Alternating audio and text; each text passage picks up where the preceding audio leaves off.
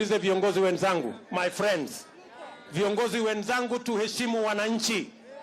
Kama wewe ni kiongozi na wewe unataka kufanya fujo, tafuta bibi yako, tafuta bwana yako, tafuta mtoto wako, peleka kwa fujo. Waachana na mahasla hawa. Mahasla hawa wanajitafutia. Welcome back to Punchline. Deputy President William Ruto speaking there in Murang'a County following clashes that left 2 people dead as Keleweke and Tangatanga supporters came head-to-head. Those ugly scenes were witnessed today, and the DP's allies have pointed an accusing finger at the area's leadership. Murang'a women rep Sabina Shege and Governor Mwangi wa Iria, alleging that they funded and organized that chaos with a hand from the Ministry of Interior. And so tonight we focus on the tensions in the Jubilee Party that have degenerated to violence as that power struggle to succeed President Uhuru Kenyatta rages on. And so we welcome David Murathe to Punchline. Welcome to you. It's been a while since we spoke, and I want us to begin with that chaos that we've seen and the remarks of the Deputy President this afternoon. Is it your view that the Deputy President should be free to campaign, to politic, to carry out his development agenda or whatever you want to call it in any part of the country, including central Kenya, and that those who believe that he's speaking out of turn or at the wrong turn should not challenge him?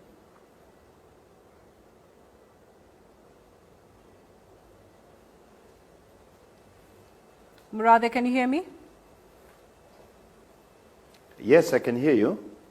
And so that was my question to you. Following the scenes that we've witnessed where youth tried to allegedly interfere with a meeting of the Deputy President in central Kenya, an altercation that left 2 people dead, is it your view that the Deputy President should be let alone to campaign, to popularize his agenda or Jubilee's agenda or whatever you want to call it in any part of the country, including the President's backyard, central Kenya, and be let alone to do it? Well, and it's very interesting that the buses that transported people to that chaos are called Kenyampia. We know who owns Kenyampia. I don't know who owns Kenyampia.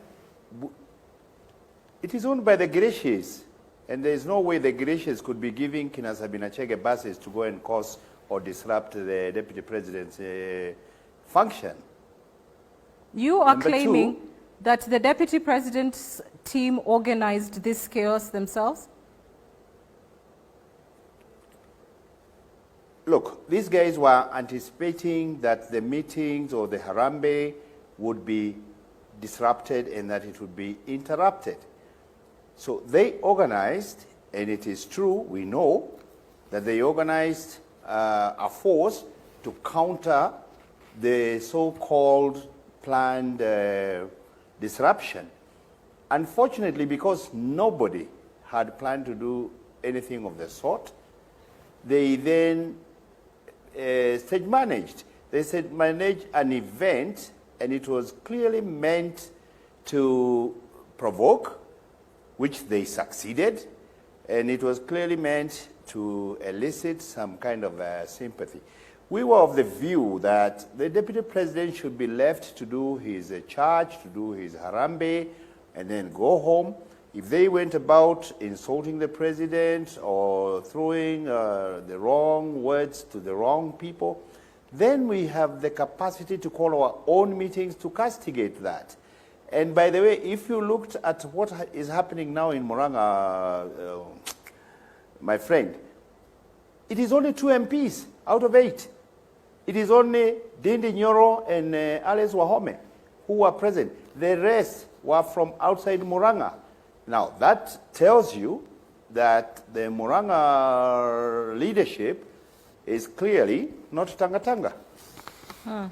It is, though, a dangerous escalation of political hostilities. Whoever started it, whoever finished, 2 people are dead, and that is playing out in the President's backyard. Are you concerned at all at the violent turn that this division in Jubilee is taken? It is so sad, Anne. It is very, very sad. It's a sad day for Kenya. Normally, this happens towards the top end of an election cycle or an election campaign. Unfortunately, 2 years to an election, this kind of hooliganism and heightened political activity is being engineered in Mount Kenya. How is it possible that the deputy president never has this kind of shenanigans in his own backyard? When was the last time the deputy president held Harambes in Eldoret, for that matter? When was the last time he held Harambes in Baringo? Why is it that he only comes to Mount Kenya to divide and to incite and to provoke? You see, this is a game that we're aware of, and we are saddened by the fact that some of our gullible people and leaders cannot see this, that these things only are happening in Mount Kenya. Right, but the question then would be, because he has been going around the country, Mount Kenya clearly has a leader, as it is. President Uhuru Kenyatta is a bona fide leader, of central Kenya. Why has he not called the house, his community, his backyard supporters, whatever you want to refer to them as, to order? And let us be very, very clear. It is actually the president that the deputy president is provoking. The people of Mount Kenya, and they've been told this before, you might get all sorts of crowds coming out to cheer you. Moi himself used to attract huge crowds. Ask Raila when he used to campaign in Mount Kenya. But the taste of the pudding is in the eating. If you went to the market with a monkey and somebody comes to the market with a goat, where will people go? The people will go to watch the monkey. But at the end of the day, what will they take home? What will they go to buy? They'll buy the goat. So if people want to be monkeys, people will go to their functions and watch. Wow.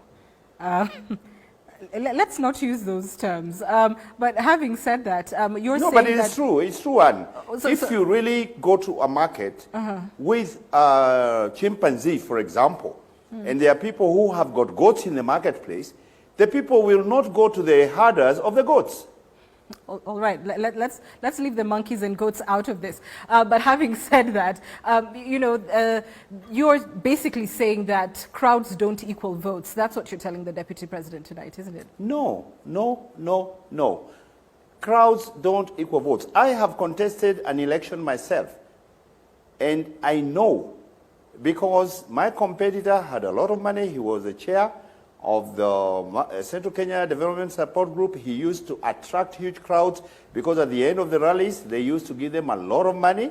I had no money and would not actually even hold rallies. I would do like door-to-door campaigns with an old Land Rover and some pickup.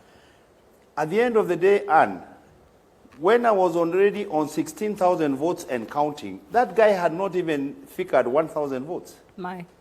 Okay. No names here. All right. It has been, though, a hectic week for Jubilee, with an alleged party coup plot and the call for the ouster of the deputy president as the deputy party leader. Hostilities in the party have clearly reached a boiling point. Is it time that the president brokered some kind of truce? And we know him to be magnanimous in nature. Should he just give his former brother, still brother, who knows what they are right now, with the deputy president a call and try to find a way out of this?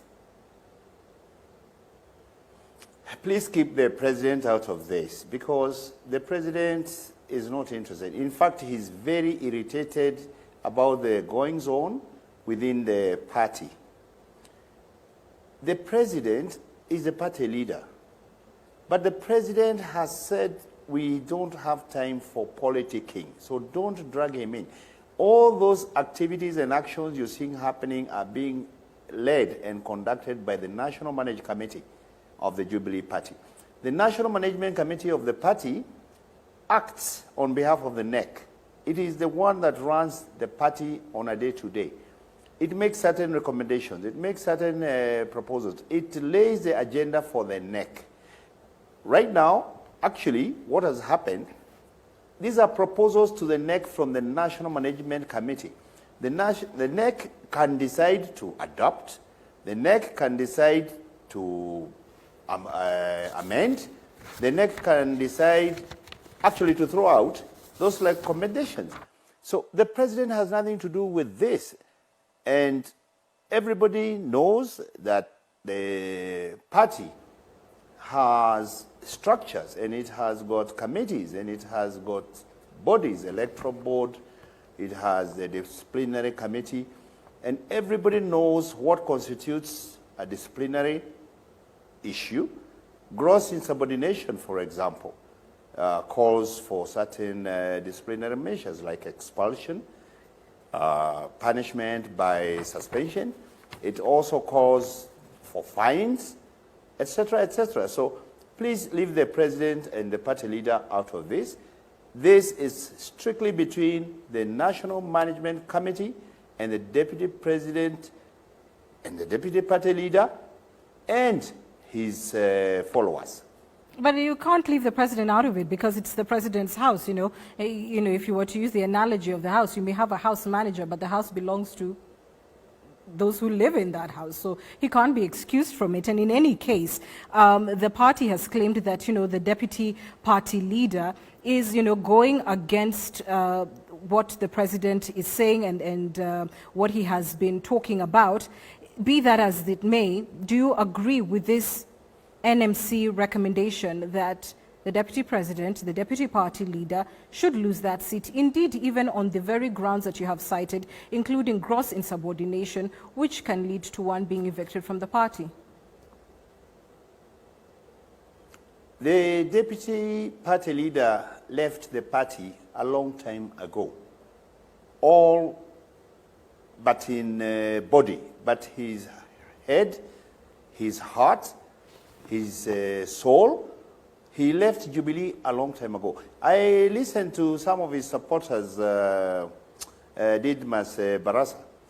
They said they are quitting Jubilee, but that before they quit Jubilee, they will make sure that they have a scorched earth policy against the party. They are going to make sure it is left in tatters, but they are clearly made up their minds to quit Jubilee. They formed a secretariat, something called the Jubilee Asili Center. They said they would be working from the Jubilee Asili Center. I do not then understand what this is all about, this provocation, that they will be operating from Jubilee Party headquarters. And by the way, Anne, nobody works from the party headquarters. We don't work from the party headquarters. The chairman, the officials of the party, we don't work from the party headquarters. It is only the secretariat, the directorates, the outreach groups, the communications group, the executive director. Those are the only people who work from the party headquarters.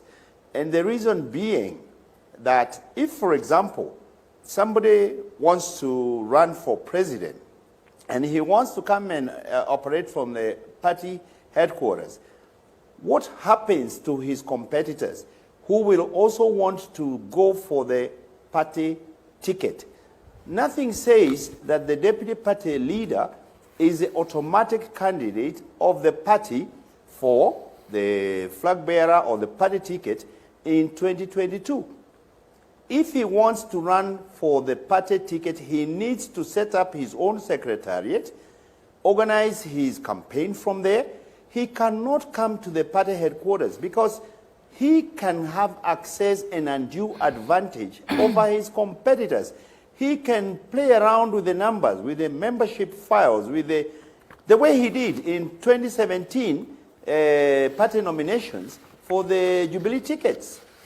If you claim that he did this in 2017,